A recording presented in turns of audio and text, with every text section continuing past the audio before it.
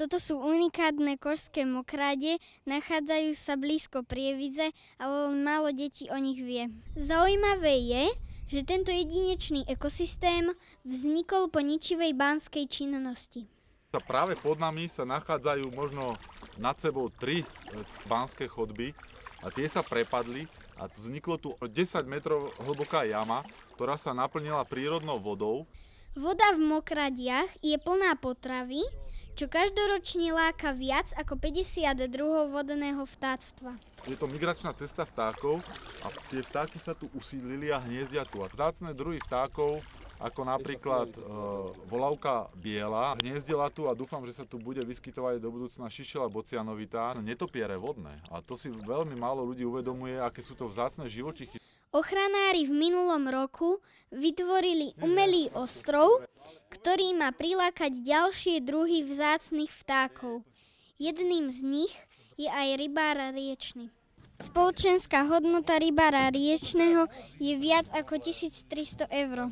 Na ostrove by sa malo podariť hniezdenie rybára riečneho, lebo minulý rok, keď sme zbierali odpadky, videli sme ich tu prelietať na dubnické štrkoviská. Napriek úsiliu ochranárov zatiaľ rybár riečny na mokradiach nehniezdí. Problém je v nedostatočnej ochrane mokradí. Ako deti môžu prispieť k ochrane mokradí? Deti sú veľmi dôležitou súčasťou nášho systému a práve do vás vkladáme veľké nádeje. Deti môžu veľmi pomôcť práve tým, že budú šíriť medzi sebou a medzi svojimi rodičmi a známymi práve to, aké sú košské mokrade veľmi dôležité. A samozrejme, ak budú mať chuť a náladu, tak nám môžu pomôcť manuálne. My to robíme každý rok zber odpadkov okolo týchto mokradí, môžu nám pomôcť. Kedy to býva?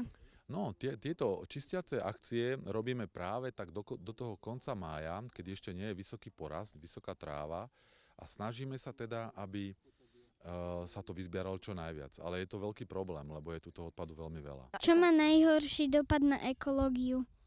No, najhorší dopad na ekológiu má práve tá ľudská činnosť, ale keďže to nemôžeme nikomu zakázať, lebo ľudia majú rôzne činnosti, určite by sa ale dala nájsť nejaký kompromis, nejaká cesta, aby ľudia, ktorí tu tie činnosti, ako je rybárčenie a kempovanie robili, aby to robili tak, aby po sebe nenechávali odpadky, aby čo najmenšej miere rušili tie zvieratka, ktoré tu žijú.